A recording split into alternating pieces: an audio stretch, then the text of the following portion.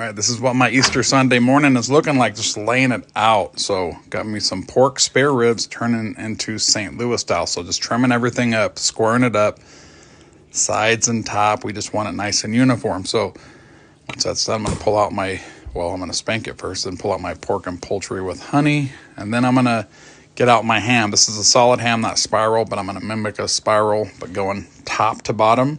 So they'll open up.